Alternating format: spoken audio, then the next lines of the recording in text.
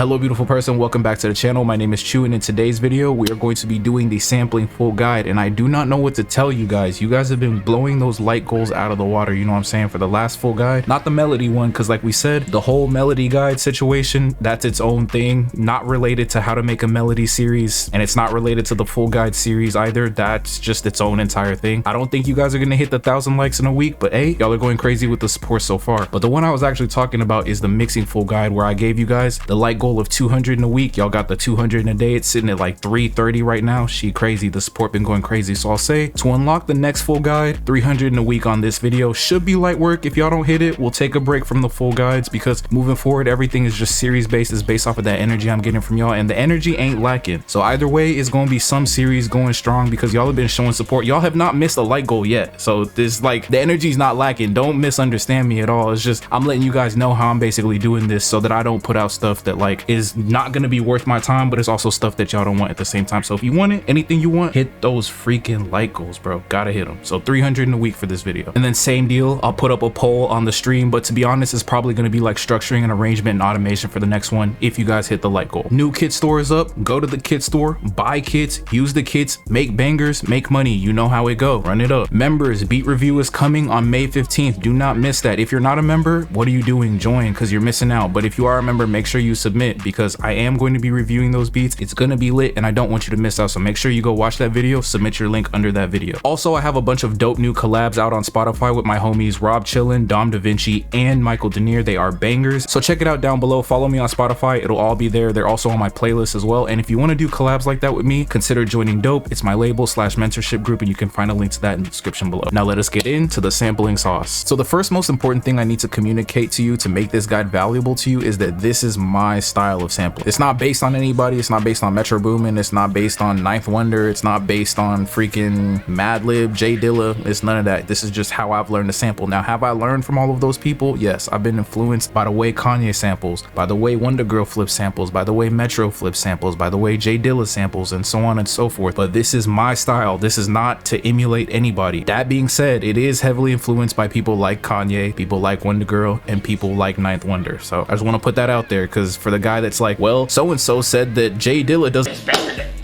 I don't care. All right, so I gotta put that out there, bro. All right, let's move on. Yo, editor Chu here. I'm in the editor. I'm not gonna lie to you, it's a new day, and I want to tell you why, because I recorded a large chunk of this video, bro, only to find out it had no audio. So drop a like on this video, bro, because I had to redo a lot of this. I'm not angry though, because I do love you. Y'all been showing that crazy support, so show me that back and we're gonna keep going crazy. Don't worry about it. Now let's discuss some of the best places to find samples, because you do need samples in order to sample. And this is the thing that I notice a lot of people struggle with. It's like, I just can't find samples and stuff like that. And I never really understood that, because it's more of just like your ability to explore and be inspired by the things that you hear. I never struggled with that right off the bat. There were more resources that got made available over time, but like my initiative towards like exploration was kind of the thing that I never struggled with, and I noticed that's what people struggle with. So right off the bat, if I could like have you begin to change your mindset from like, oh, I'm searching for samples because I need to make a beat, and shift that over to like, I'm willing and open to life inspiring me to take something from it and turn it into something else. It's kind of like transmutation on some Full Metal Alchemist type stuff, you know what I'm saying? So that being said, some of the best places that you can actually find samples is just from your life experiences. So let me give you a couple of examples here. The first example is this video game that I sampled. I was playing a video game called Amanda the Adventure. There was this section where you had to solve a puzzle with a train, like a train set, little toy train set, and you put the pieces together, and when you finally figured it out, the train would like go through these underpasses where it would make this like little bell jingle.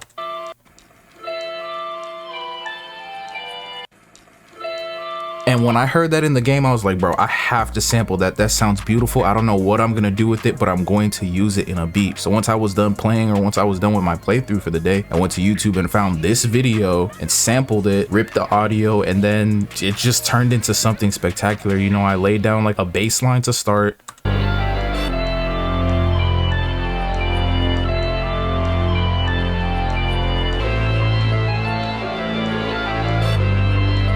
Then I started laying down like chords and stuff.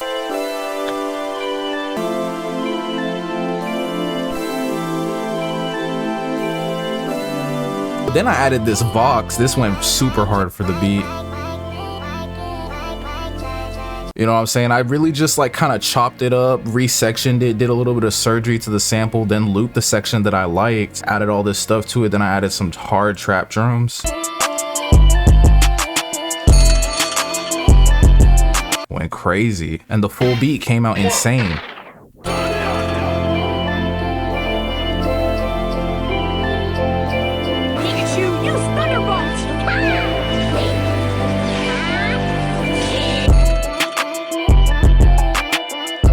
And that just came from being inspired by something that I heard. So that's really what it is, bro. Like, I'll be in the grocery store and hear the music that they're playing on the comms, and if I like it, bro, I'm Shazamming it. If I'm at a party, I'm Shazamming it. If I'm in my friend's car, I'm Shazamming it, bro. If it sounds like a banger and I don't know it, I'm asking people. I will pull the manager aside and ask what's on the playlist just so I could Shazam it, sample it later. You know what I'm saying? It's that serious to me. Like, the inspiration is that overwhelming to me, and you gotta like take that mindset to it. It's not just about like finding samples and being a dork about needing samples to like make beats, bro. I said it in the last video, and someone said they were cooked because they have to think like this moving forward. Then you might as well be cooked. If you can't think like this, you are indeed cooked, bro. Stop being a dweeb, stop being a dork, and just let the inspiration carry you. Let the vibes and the emotions and the feelings and the moods be the thing that inspires you to create. Stop being a dweeb about this stuff, bro. Here's another example where I did something pretty similar. It was Star Wars Day, may the 4th be with you, and I just got inspired to flip some Star Wars. I love Star Wars, I love Phantom Menace, so I went to the soundtrack, found a couple of things that I liked, did some sample surgery, rearranged the stuff a little bit.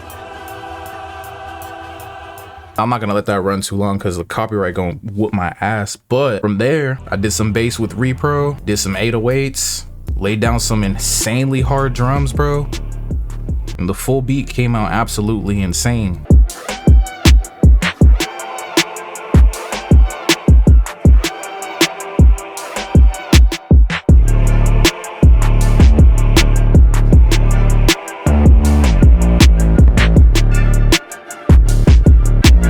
I love both of those beats. So that's really what it is, bro. It's just about taking life experiences, things that you hear, things that you're inspired with, and then taking that and putting that in your beats. Basically just get Shazam things that you like, look up movie soundtracks, video game soundtracks, things of that nature. You know how to find it on YouTube, and you know how to get the link, turn it into audio, you should be good to go. Now, I can't tell you how to turn it into audio because YouTube will strike my video for telling you that. I also can't tell you to go down in the description and find the blog post that will be linked to this video, giving you resources on how to sample further, which may or may not give you information on how to turn YouTube videos into usable audio.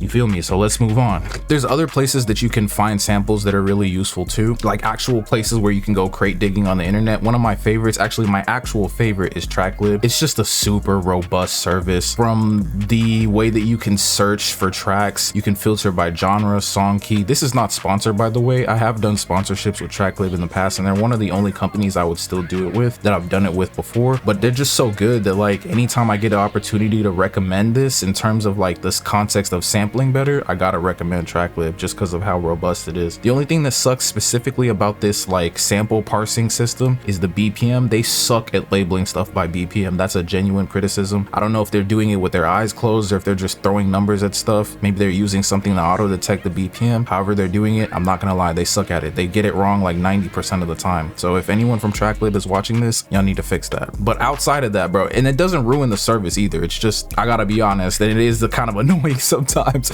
but it's still a very powerful service. You even have access to not only dope rare samples, whether it's old school or new school stuff, you also get access to like industry sample makers like Frank Dukes, who goes by the name Jing now, Unknown, Batsy, like so many dope people that make samples in the industry as well. You get access to their packs on top of these old school samples. They also have a really dope discovery mode where they separate stuff into packs, whether it's based on like the types of instruments. They have these monthly crates that they put together. They also have these themes, inspired collections. It's all like really good stuff on TrackLib. So if you have the ability to get like a free trial, I'll see if they actually still have my free trial link somewhere, and I'll link it below. Again, not sponsored, but it's worth it if they give you some free credits on TrackLib. I'm not gonna lie to you. And then also, it's very worth the money they charge you. I think it's still like $10 a month, bro. It's worth it. And they clear your samples automatically. They give you a license for every sample, so you can send that to the artist that buys the beat. You can send that to the label that purchases the beat. You're good to go. I've done it a bunch of times. Super useful tool, cannot lie. Another Another tool that's kind of like TrackLib is Sample.io. So basically, to the best of my understanding, this uses AI to sample dig through like YouTube, and it is really cool too. It has like a really good parsing feature, pretty similar to TrackLib. It's gonna do what you can do on TrackLib, but like kind of automatically and using YouTube links and stuff like that. I don't use it a lot. I think I've only really used it once, and it was like for another video I did about sampling, but from what I've heard, it is very powerful. I've only ever heard good things about it, and it is free. You can find some pretty rare stuff using this. It's really dope, and it saves your search history and things of that nature. The thing with this is it's going to give you the YouTube link, so it doesn't give you download audio the way TrackLib does, and it doesn't give you clean licenses the way TrackLib does. And I cannot tell you how to get YouTube links and turn them into audio because I don't know how to do that. And even if I did, YouTube would strike my video for telling you how to do that because that's against the rules. But I also cannot recommend that you go down to the description to read that blog post on how you can sample better based on the things that we're talking about here, where we may or may not discuss how to turn audio that you find online into audio that you can use in your beats.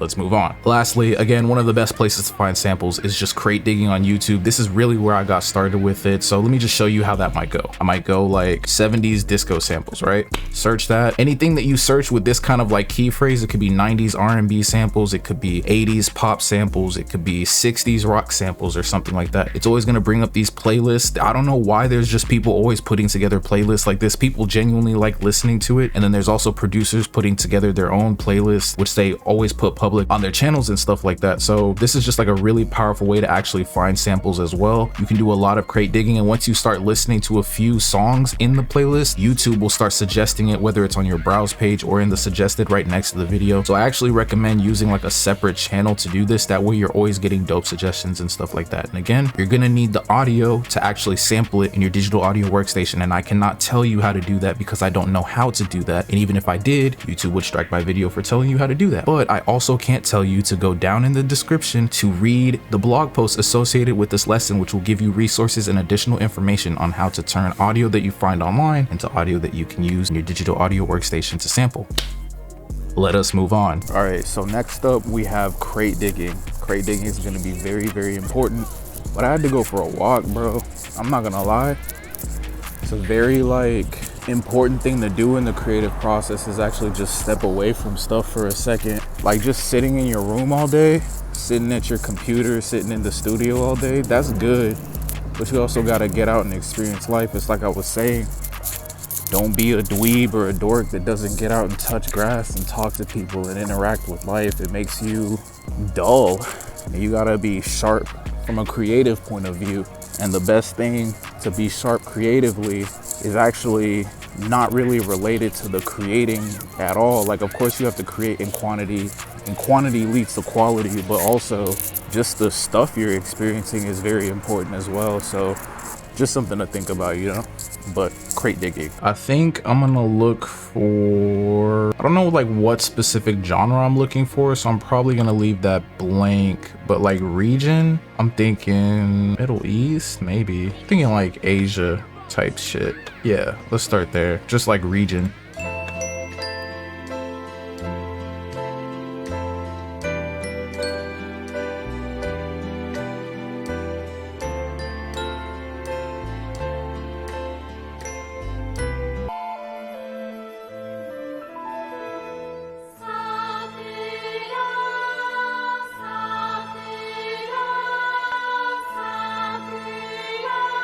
That's crazy. Wait, this is crazy.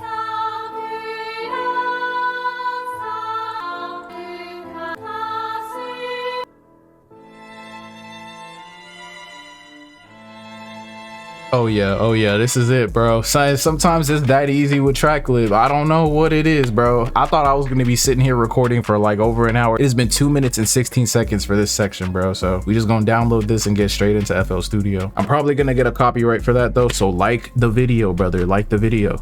Like, no, just playing. All right, bro, let's move on. So for this sample, I think I'm gonna be working with it in the playlist. This is something I do a lot when I work with samples. You might have even seen me do it on the channel, whether it's in a video cook up or in the stream, but I've never really gotten to vocalize like what I'm actually doing. So I'm gonna take you through that process today. So first we gotta find like at least some kind of relative tempo that this is associated with. Let's also pitch that. I promise you it's not that 163 like Tracklip says. I'm telling you, they're pretty bad at it, bro.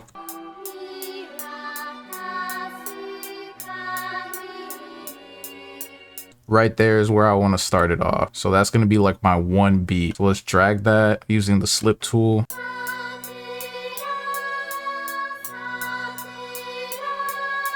That 163 is not terrible though. That's one of the more accurate BPM labelings I've seen. So now let's get into how I'm actually going to do surgery on this sample. So first, since I pitched it, I'm going to make a new unique version so that I can take that, boom, like that. And it keeps that like new pitch. And then I'm going to just begin to slip stuff on tempo.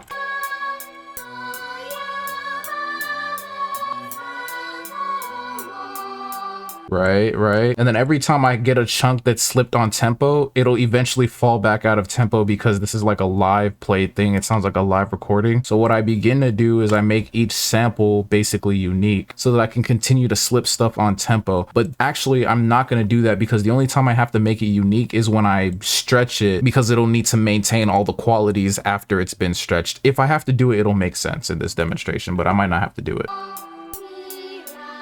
Slip that.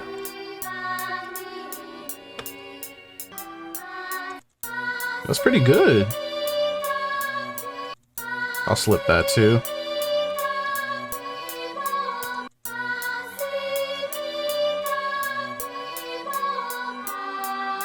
Boom, we might just have to slip all of these, that's it.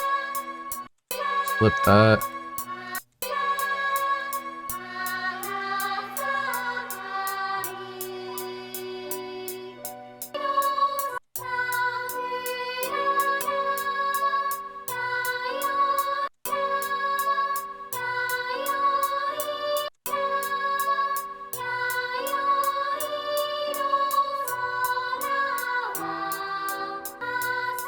Boom, just slipping it on tempo. That 163 wasn't too bad, actually.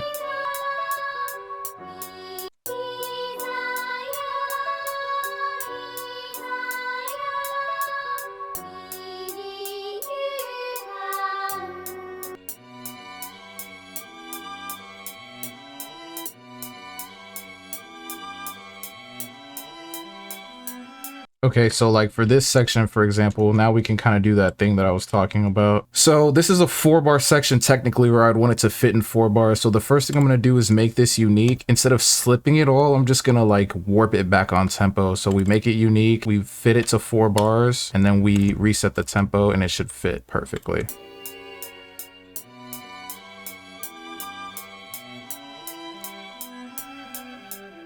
Boom, then we just move the sample down and continue. Perfect.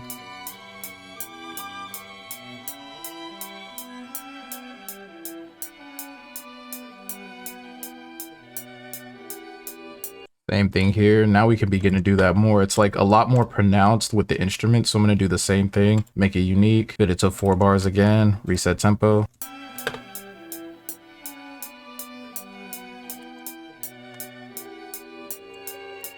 Cool, then we can drop that section because it does that whole like slowing down tempo thing. We don't need all of that. So let's take a listen to all of this really quickly and kind of see how well we did with slipping everything on tempo and warping it.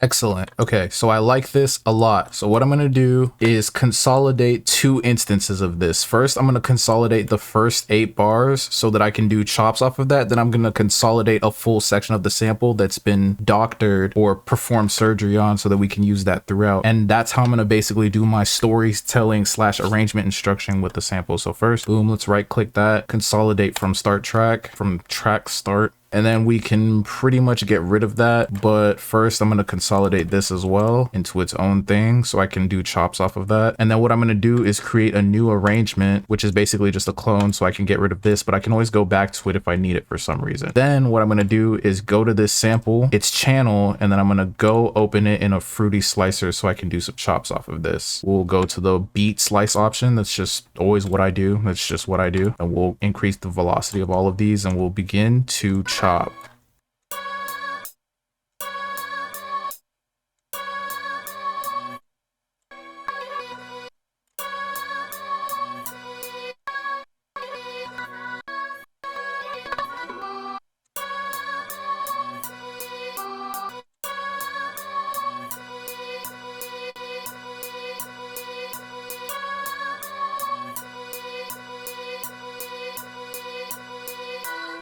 No, actually, yes. Right idea, but like wrong order. So what I'm gonna do is do that, select all of that, and then move it over like that. Yeah.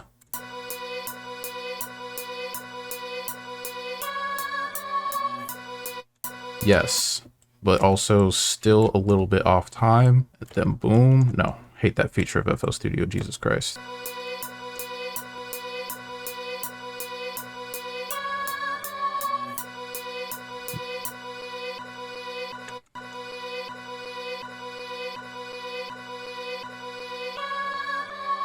Then let's edit that a little bit. Let's turn up the attack, turn down that decay so it kind of fades in a little bit more. We could time shift it a little bit. Let's see what that's going to sound like.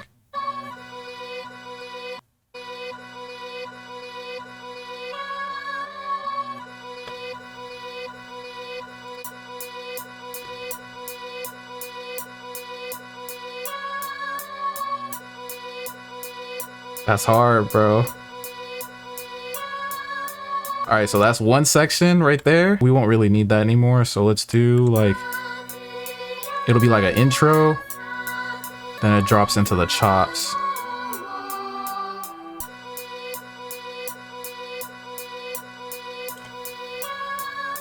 And then maybe we even have like a B section to the chops. Let's see what we could come up with. Maybe.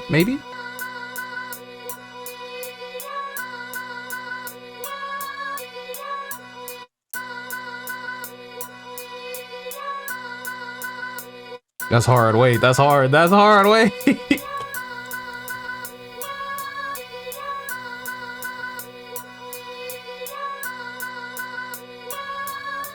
All right, cool. Then we can begin to just like move this sample that we did surgery on however we want to finish up our story.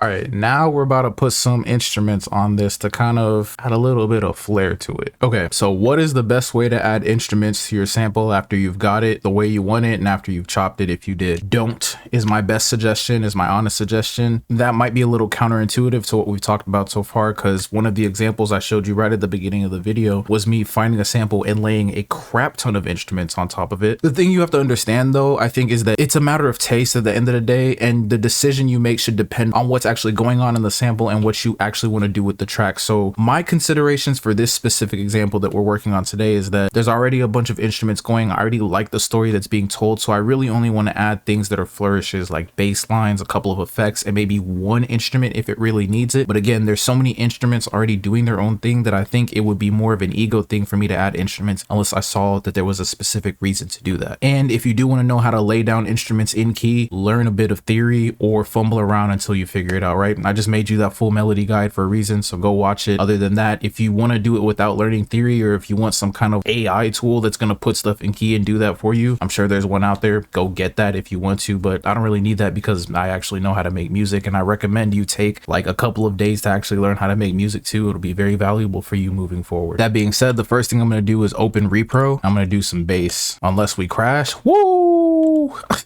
Damn, that was close, bro. That was close, bro. All right, so boom. And I'm just gonna open like a massive pattern and we're just gonna lay down like a bunch of base stuff. And then we'll just cut out what we need and don't need as we go.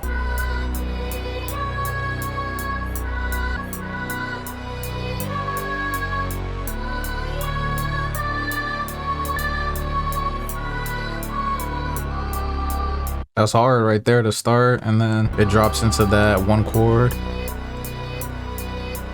Maybe go up octave.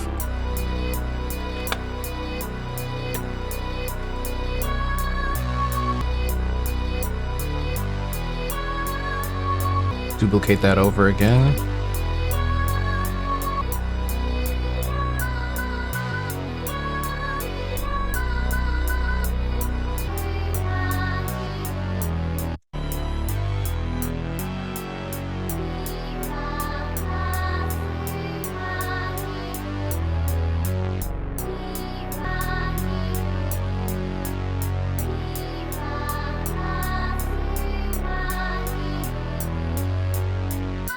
And then that's the part from the B section, so we can just duplicate over.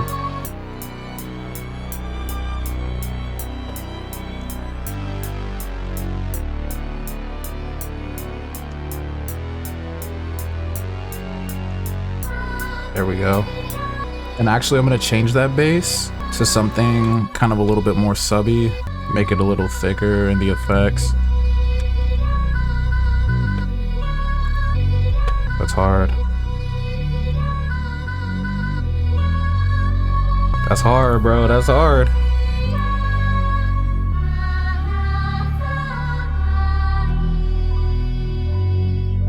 That's hard. And then from there, there's one instrument added, kind of like sub bass. We're gonna export that. Oh my God. Oh, Jesus Christ. Woo. Marvelous. So we can bring that to the playlist, level it a little bit. So we have like kind of one of our anchor points. Put all the samples in one place. Also the chops as well. Drag one of these presets on here. Get some EQ going, level that as well. Excellent, excellent. For the time being, we're gonna mute that, and then we're also going to mute repro. And then what we're gonna do is go to the 14 drum kit, link in the description below, go cop that mug, and we're gonna grab a super buzzy 808, the Astroworld, and we're gonna put it in key because I believe it is pitched to B. Detect pitch regions, there we go. Yeah, it's in B, so I'm gonna just key it in B, so when I hit C, it treats it like something that's tuned to C5. That's sauce right there. That's the method. And then we're just gonna literally copy the bass pattern and then sauce it up a little bit. Paste, unmute that. I have to pitch it up. There we go. Oh, and then also let's set it to cut itself, which isn't gonna matter in a second because we're also gonna set the envelope so that it only plays for as long as the note duration. Come back in. This about to go crazy. Bring that up an octave and then slide it to create that rhythm.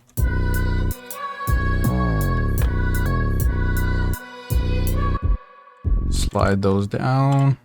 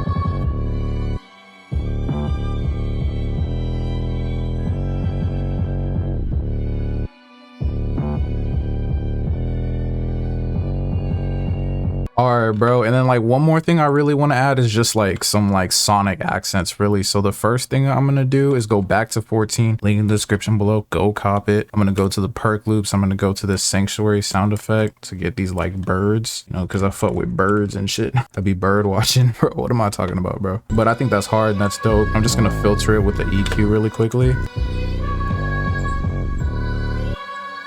I'm gonna lower the volume, have it be like more of an accent type thing. And then I'm gonna go add another effect, but it's from Centerfold, link in the description below, go copy, you know what I'm saying, run it up. I'm gonna go to, I think it's in the effects, right? The Mayday, yeah, there we go. I think that will go crazy right here. It's just so loud when it spawns in, so I just have to track it right away and freaking lower the volume. And I also don't want it to interfere with the melody, so I'm gonna use the Neutron EQs to link to each other so that I can unmask that air horn away from the main melody, as well as like remove some other frequencies through filtering. So yeah, just unmask all of that in that main frequency range. And let's also filter it a little bit, use some dynamic EQ right there.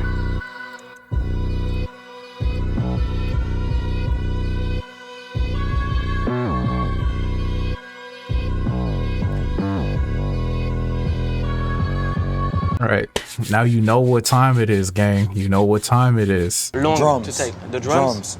The drums. I don't give a fuck about nothing else. You hear me? Nothing, bro. Nothing. I don't care.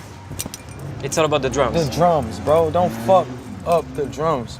You can do everything but fuck up. Just don't fuck up the drums. All right, bro. So for this part, I'm not going to be talking too much. I'm probably going to turn my mic off. I'm about to lock in and program the hardest drums you've ever heard in your entire life. All the samples I'm using today can be found in the Centerfold drum kit. Link in the description below to grab them, download them, use this discount code to get 50% off the kit for the next week. You know what I'm saying? That literally just popped in my mind. If you've watched this far into the video, you deserve it. Use that discount link, get you some kits. I'm going to tell you what, they apply to every single kit in the store. Run it up for the next week. Let's get into it, bro.